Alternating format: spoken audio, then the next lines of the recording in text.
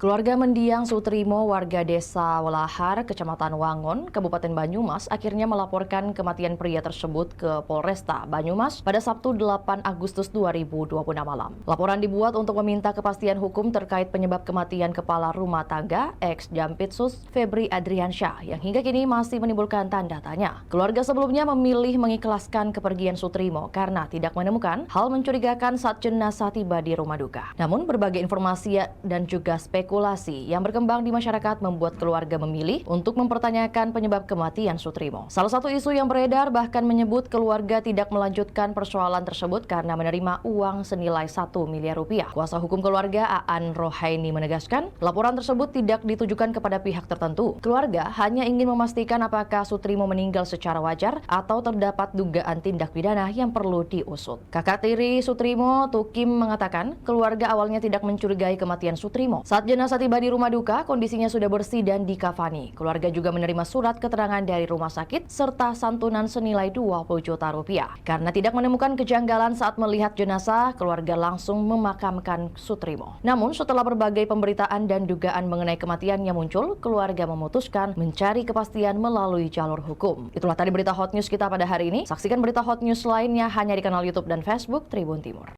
Download Tribun X sekarang. Menghadirkan lokal menjadi Indonesia.